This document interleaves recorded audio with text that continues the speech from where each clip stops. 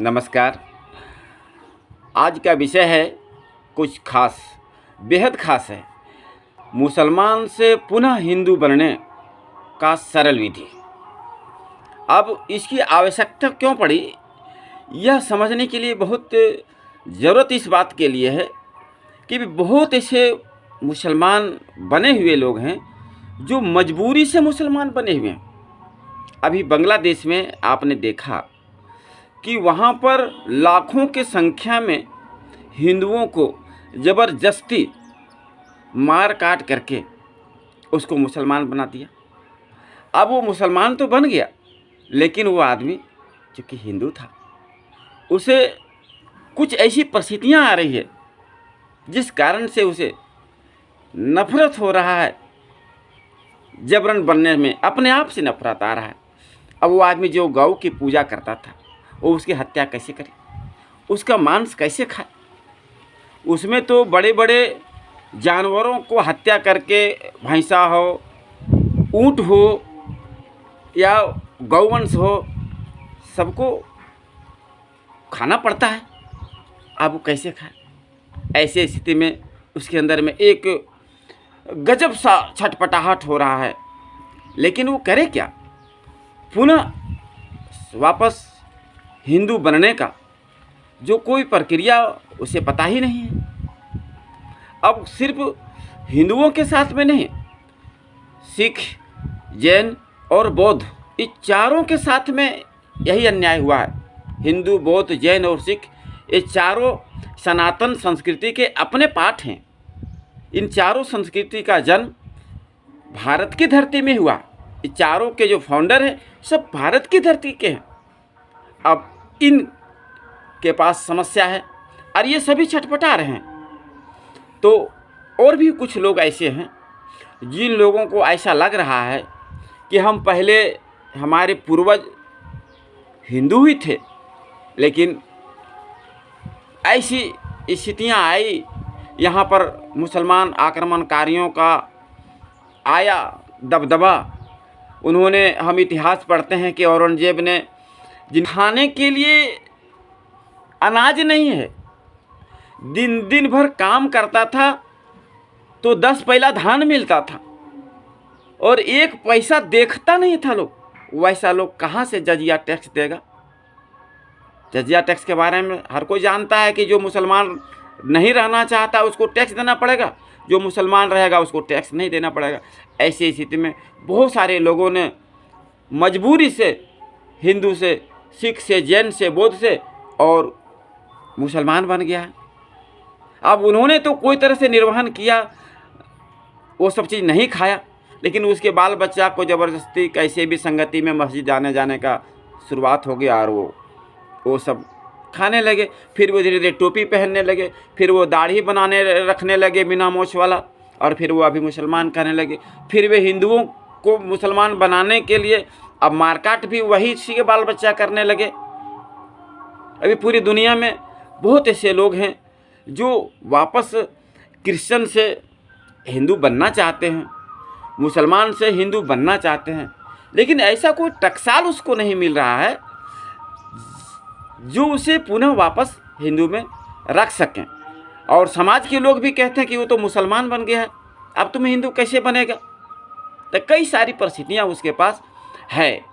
और भी कुछ परिस्थितियाँ हैं, जैसे अब उसके बहू बेटी को पहनना पड़ रहा है, पूरा केवल आँख दिख रहा है, पूरा बुर्का पहनना पड़ रहा है, काला रंग का पाबंदी लग रहा है। इतना पाबंद में हमारी बेटी, चाहे हमारी बहू, अच्छा नहीं लग रहा है। स्वतंत्र ज़िंदगी जीना क्या इच्छा हो रहा है, जैसे हिंदू जीते हैं कितनी आज़ादी के साथ। और पूरी दुनिया में जितना हिंदुओं ने टैलेंट दिखाया है, पूरी दुनिया में अधिकतम डॉक्टर की संख्या क्रिश्चियन से ज़्यादा हिंदू सब अमेरिका में सेवा दे रहे हैं। इंजीनियर अधिकांश जगहों पर, साइंटिस्ट अधिकांश जगहों पर, तो हिंदुओं ने वर्चस्व लहराया पूरी दुनिया में। तो इसके देख करके बहुत सारे लोगों में सनातन संस्कृति के प्रति एक बहुत बड़ा रुझान आया है। लेकिन अरे अपनी जो चचेरी, अपना जो भाई है, भाई का जो बेटी है, भतीजी हुआ, वो अपने बेटी के समान हुआ। अब चचेरी बहन है, फुफेरी बहन है, ममेरी बहन है, उसके साथ तो हमारा अपना रिश्ता है, उसके साथ हम कैसे शादी कर सकते हैं। लेकिन उसमें तो हमको चचेरी बहन, फुफेरी बहन, ममेरी बहन किसी को नहीं छोड़ना पड़ेगा, सबों के साथ शादी करना पड़ेगा। अरे इसमें हमको मन नहीं, अच्छा नहीं लग रहा है। और उसको लग रहा है कि नहीं, हम हिंदू ही सही थे, हमको किसी ने बरगला करके अगर बना दिया, या जैसे भी मार काट जो भी कहिए, अगर वो किसी दूसरे मजहब को स्वीकार कर लिया है और फिर वह सनातन धर्म में आना चाहता है, तो उसको प्रक्रिया मालूम नहीं है। वैसे भी बहुत सारे लोग जानना चाह रहे हैं। अच्छा, कुछ और भी लोग हैं, वे लोग जो गरीबी से जूझ रहे हैं, फिर भी उसको सारा काम धंधा बंद करके शुक्रवार को उसे जुम्मा पढ़ने जाना पड़ता है। और हिंदू तो स्वतंत्र है, जब बुझाए तब भगवान को याद कर लीजिए, पूजा कर लीजिए। और वैसा वो चाहते हैं कि नहीं, हम भी गरीबी से ऊपर उठें और शानदार ज़िंदगी जिएं। तो वे लोग भी हैं इंतज़ार में कि हमें कुछ जानकारी मिल जाए कहीं से, कि पुनः हिंदू बनने का कोई सरल विधि पता चल जाए। साथ ही साथ एक प्रथा था हिंदू में बहुत पहले, सती प्रथा, जिसके राजा राम मोहन राय जी ने उसको समाप्त किया। उसमें क्या होता था कि एक पुरुष अगर किसी कारण से वह युद्ध में मारा गया या उसकी मृत्यु हो गई, तो उसकी पत्नी को ज़बरदस्ती उसके जलते हुए चिता में उसको भी डाल दिया जाता था कि अब पति मर गया तो पत्नी क्यों रहेगी, उसको जला दिया जाए। तो ये समाज में कुरीतियाँ थी। तो उस कुरीतियों से हिंदुओं ने पार पा लिया है, वो ये प्रथा छूट गया। लेकिन जो अभी जब भी हिंदू से, सनातन से मुसलमान बने हैं, उनको बड़ा गजब लग रहा है कि भैया इसमें तो हमारे बेटियों को यहाँ तो मंदिर जाते थे, उसमें तो मस्जिद भी नहीं जाने देता है, उसको तो कुछ पूजा पाठ में मस्जिद में जाने नहीं देता है। तो नहीं, ये ठीक नहीं, हमारा पहले ही ठीक था। अच्छा, कुछ वैसे भी लोग हैं जैसे उसमें होता है पति पत्नी बीच में झगड़ा हो गया तो कह दिया तलाक तलाक तलाक, बस 3 बार अगर कह दिया तो बीवी या पवित्र हो गई। फिर उसे पवित्र बनने के लिए जो प्रक्रिया अपनाया जाता है, सुन करके रोंगटे खड़ा हो जाता है। अपनी ही बीवी को दूसरे मर्दों के साथ बलात्कार करवाना पड़ता है, जिसको वो लोग हलाला कहते हैं। तब वो पवित्र हो जाता है, तब पुनः वो बीवी अपनी बन पाएगी। तो ये सब कुछ ऐसे कुप्रथाएं हैं जिसको रोकने के लिए भारत सरकार ने भी तलाक कानून बनाया। लेकिन कानून बनाने से नहीं होता है, सिर्फ सहायक जरूर है। जैसे दहेज प्रथा का कानून तो बना हुआ है कि दहेज लेने वाला और दहेज देने वाला दोनों दोषी है। लेकिन हिंदू में आज भी देखिए कि दहेज प्रथा चल ही रहा। उसी तरह से उन कानून तो 3 तलाक का बन गया, लेकिन नारियों के साथ में ये जो जबरन तलाक के बाद में शुद्धिकरण का जो हलाला वाला प्रक्रिया है, ये किसी को समझ में नहीं आ रहा है और कई देशों में बंद है, पर चल रहा है यहाँ पर। तो जिन भाइयों को, जिन बहनों को लगे कि नहीं, हम हिंदू धर्म में पूरी शानदार ज़िंदगी जी सकते हैं, तो हम वापसी करना चाहें तो हम कैसे कर सकते हैं। तो वापसी करने का बहुत ही सरल तरीका हम आपको अभी बताने जा रहे हैं। थोड़ा धैर्यपूर्वक बने रहिएगा। यह विशेष जानकारी रखना जरूरी है, क्योंकि एक आपको जानकारी हो जाएगी अगर, तो हो सकता है कोई व्यक्ति इस समस्या से उबरना चाह रहा हो, तो इसका इलाज तो डॉक्टर के पास मिलेगा नहीं। तो यह बातें हर किसी के पास चला जाए, ताकि उनके समस्याओं का समाधान वो स्वयं किसी के सहयोग के बिना स्वयं कर ले। तो आप आइए, आप को करना क्या है, गौर करिएगा थोड़ा। देखिए, एक छोटा सा प्लेट लीजिए, इसमें थोड़ा सा रोली रख लीजिए, थोड़ा चंदन रख लीजिए, अरवा चावल रख लीजिए और मोली रख लीजिए, है ना। इसमें है रोली, मोली, अरवा चावल और अक्षत, ये हो गया। एक लोटी जल रख लीजिए, इसमें जल है। एक गिलास छोटा सा, 1 चम्मच है, और एक तुलसी पत्र थोड़ा सा है। बस एकदम सरल विधि आपको बता रहा हूँ, इससे सरल विधि आपको कहीं नहीं मिल सकता। अब क्या करना है, देखिए, लोटी से थोड़ा सा हम जल ले लिए, अब इस जल में ये तुलसी का पौधा हर जगह उगता है। यह सनातन धर्म में इसका बड़ा महत्व है। हर जगह पूजन में भगवान विष्णु के लिए विशेष है तुलसी। अब इसको इस जल में डाल दिए, इसको मिला दिए। अब इसे हम रख लिए। अब सबसे पहले क्या किए हम, ये चंदन है। अब चंदन को हम लिए ऐसे करके, पहले से नहा धो लीजिए, स्वच्छ कपड़ा पहन करके पूरब दिशा में बैठ लीजिए एकदम इत्मीनान से। चंदन को आप ऐसे करके ले लीजिए। अगर दाढ़ी ओढ़ी रखे हैं, दाढ़ी बढ़ा लिए हैं, बहुत पहले से दाढ़ी बनी हुई है तो उसको आप दाढ़ी बना लीजिए। टोपी वोपी अगर पहने हैं तो उसको रख दीजिए उधर। चाहे क्रिश्चियन वाला प्लस वाला पहने हैं तो उसको भी रख दीजिए उधर। अब ये शीतलता का प्रतीक है, चंदन ले लिए। अब क्या करिए, थोड़ा रोली, सूर्य का प्रतीक,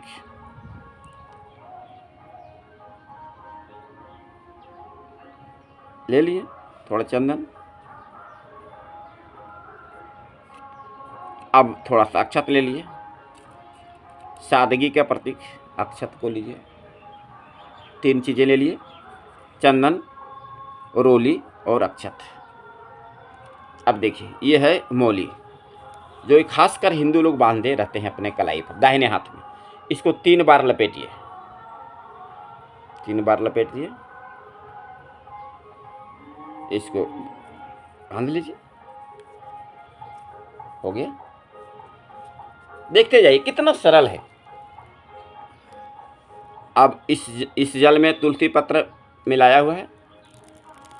इसको सिर्फ 3 बार एक मंत्र से लेना है। बहुत शक्तिशाली मंत्र है ये। 4 वेद है ना, ऋग्वेद, आयुर्वेद, सामवेद और अथर्ववेद। सनातन संस्कृति की इसी 4 वेद का ये पिलर है जिस पर पूरा सनातन संस्कृति खड़ा है। इन चारों वेद का जो आत्मा है, उस आत्मा का नाम जो है सो है गायत्री मंत्र। उस गायत्री मंत्र के 5 अक्षरी को सिर्फ आप लीजिए 3 बार। ओम भूर्भुवः स्वाहा, एक बार। ओम भूर्भुवः स्वाहा, ओम भूर्भुवः स्वाहा। बस 3 बार लिए। क्या क्या किए, तिलक लिए आप चंदन का, रोली का और अरवा चावल 3 लिए, ब्रह्मा विष्णु महेश। पुनः आपने 3 लपेटा लगाया मौली का, ब्रह्मा विष्णु महेश। पुनः 3 तुलसी का जल लिया, 3 पत्ते इसमें डाले, 3 बार लिए ओम भूर्भुवः स्वः। कितना सरल है इसे देखिए। अभी जो जल आप लाए हैं, इस जल को आप यहाँ पर रखे हैं। इस जल को उठाइए और तुलसी का पौधा है अगर तो ठीक है, और नहीं तो भगवान सूर्य की ओर जाकर के अर्घ दीजिए। ओम सूर्याय नमः, ओम सूर्याय नमः, ओम सूर्याय नमः। बस हो गया। हाथ जोड़िए, हाथ जोड़कर अर्थ आँख खुला रखते हुए भगवान शिव के रूप में आइए और परम पिता परमेश्वर को, ईश्वर को ध्यान करिए। उगते हुए सूर्य को आप ध्यान कर सकते हैं और बोलिए अपने आप में, हे परमात्मा, जाने अनजाने में मजबूरी बस जो कुछ हमने किया, जो कुछ हमने खाया, जो कुछ हमने बोला, उसको क्षमा कर दिए प्रभु। हम नादान हैं। हम पुनः अपने मूल धर्म की ओर वापस आना चाहता हूँ। हमें स्वीकार करिए प्रभु। बस। अगर आप सच्चे हृदय से आप अपने पिता को भी कहेंगे, अपने गलतियों को क्षमा करने का प्रस्ताव रखिएगा, तो एक साधारण मनुष्य होकर के भी वो आपको अपना पुत्र स्वीकार कर लेगा। और वो तो परमात्मा है, वे आपको कैसे छोड़ सकते हैं। आप अगर असुर से सुर बनना चाह रहे हैं, राक्षस से देवता बनना चाह रहे हैं, तो उनको तो कोई दिक्कत नहीं होगा, वो आपको स्वीकार करेंगे और स्वीकार करते आए हैं। अब आप कहेंगे कि ऐसा पहले किसी ने किया है क्या? पूरा शास्त्र भरा हुआ है सनातन संस्कृति में। आपको एक छोटा सा एग्जाम्पल दे रहा हूँ। अंगुलीमाल नामक एक डाकू था, सबको जानते हैं। वो जंगल के तरफ रहता था और वो अपना बहुत बड़ा गिरोह बना लिया था असुरों का। जैसे अभी आतंकवादी लोग अपना संगठन बना के अपना काम करते हैं, और वो आतंकवादी खास करके देखिएगा, दुनिया में जितने आतंकवादी पकड़ा रहे हैं वे सारे के सारे आतंकवादी, वो चाहे सभी मुसलमान बुरे नहीं हों, लेकिन जितने पकड़ा रहे सबके सब मुसलमान ही निकलते हैं। अब वो जो पकड़ाते हैं उसे पूछा जाता है तो वो कहते हैं कि नहीं, हमको मौलवी ने बताया है कि गैर मुसलमान को मार काट करके, अगर डरा धमका करके, बरगला फुसकार करके अगर मुसलमान बना लोगे तो जन्नत मिलेगी, और जन्नत में 72 हूरें मिलेगी। 72 हूरें मतलब सुंदर सुंदर नारियां मिलेगी, और उसके साथ भोग विलास करने का मौका मिलेगा। इसीलिए हम लोग ये सब करते हैं। अब उसको मिलेगा कि नहीं मिलेगा वो तो बाद की बात है, लेकिन वे भी बहुत परेशान हैं कि अब उनके चक्कर में हमारा दुर्दशा पूरी दुनिया के लोग क्या क्या कर रहा है, सो सबको देख रहा है। अंगुलीमाल डाकू 99 व्यक्तियों की हत्या कर चुका था, एक दो नहीं, और वह 100वें की तलाश में था। लेकिन इसी समय उसकी मुलाकात बुद्ध से हो गई, और बुद्ध ने उसे आत्मज्ञान दिया, तो वह अंगुलीमाल डाकू संत बन गया। अपने आप को अगर व्यक्ति अंदर से आत्मज्ञान हो जाए उसको, तो अपने आप को बदल सकता है। अगर व्यक्ति का विचार बदल जाए तो मनुष्य बदल जाता है। मनुष्य को बदलने के लिए कुछ नहीं, बस विचार बदलने की आवश्यकता है। कि रत्नाकर इसी तरह से एक बहुत बड़ा दुर्दांत अपराधी, क्रिमिनल, मर्डर, आतंकवादी कहिए उसको, ऐसा ही काम करता था। वो भी मारकाट पूरा मचाता था, बेकसूर लोगों के साथ में भी जुल्म करता था, लोगों को अपने गिरोह में बनाने के लिए वह क्या क्या नहीं करता था। एक बार उसकी भेंट नारद जी से हो गई। जब नारद मुनि से उनकी भेंट हुई, उन्होंने उससे पूछा कि तुम जो कर रहे हो इसमें तुम्हारा कौन भागीदारी बनेगा।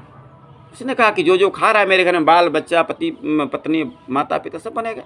उसने कहा कि ऐसा कोई नहीं बनेगा, तुम जा कर के जांच पड़ताल कर लो, कोई तुम्हारा गलत कार्यों के जो पाप होंगे उस पाप का भागीदार कोई बनेगा क्या।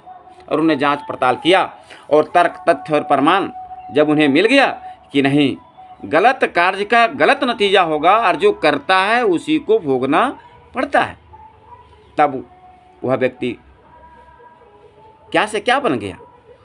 वह व्यक्ति वाल्मीकि बन गए, और उन्होंने रामायण जैसे ग्रंथ की रचना कर दी। तो व्यक्ति, एक साधारण व्यक्ति महापुरुष बन सकता है, मनुष्य ही देवता बन सकता है।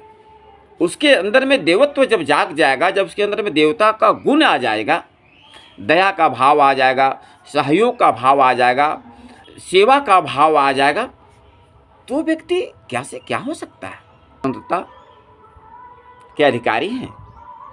अगर आप धार्मिक स्वतंत्रता के अधिकारी आप हैं तो इसका आप लाभ उठा सकते हैं।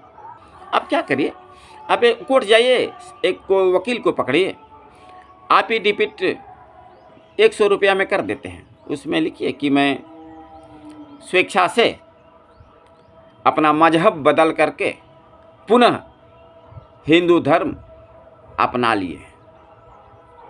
आप उसमें आप टिपिट में लिखिए। और अगर नाम मान लीजिए आपका किसी आधार कार्ड में या सर्टिफिकेट में आपका कोई दूसरा नाम रखा गया है, और आप पुनः अपना वापस नाम गांधी राम कृष्ण कुछ नाम अगर रखना चाहते हैं, जो भी नाम, तो आप वहाँ लिख सकते हैं कि मेरा नाम विवेक भी है, मेरा नाम प्रकाश भी है, मेरा नाम राम भी है, मेरा नाम कृष्ण भी, जो भी है आप उसमें लिख लीजिए बस।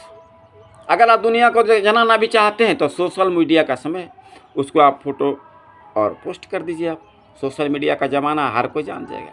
अगर कोई व्यक्ति परेशान करे तो आप इस बात को लेकर के आप थाना चले जाइए, बगल में जहाँ थाना है, आप बताइए। अगर दारोगा नहीं सुन रहा है, एक आवेदन एसपी को दे दीजिए। कोई व्यक्ति आपको टच नहीं करेगा, ये आपका अपना संवैधानिक अधिकार है, इसका उपयोग आप कर सकते हैं। अरे आप ये नहीं कर सकते हैं कि नहीं अब हम बन गए, हमको कलमा पढ़ा दिया तब तो हम मुसलमान बन गए, हमको क्यों रिलीजन वाले चर्च ले जा करके प्रार्थना करवा दिए तब तो अब हम चर्च में अब तो जाना पड़ेगा। ऐसी कोई मजबूरी नहीं, कुछ भी मजबूरी नहीं। इस सूत्र को अगर पहले हिंदू को पता होता तो बहुत सारे हिंदू आज हिंदू ही रहते, लेकिन वे लाचारी बस, मजबूरी बस फंसे पड़े हुए हैं और अपने जीवन को किसी तरह से आगे बढ़ा रहे हैं। तो दोस्तों, इस वीडियो को लाइक करिए, शेयर करिए और सब्सक्राइब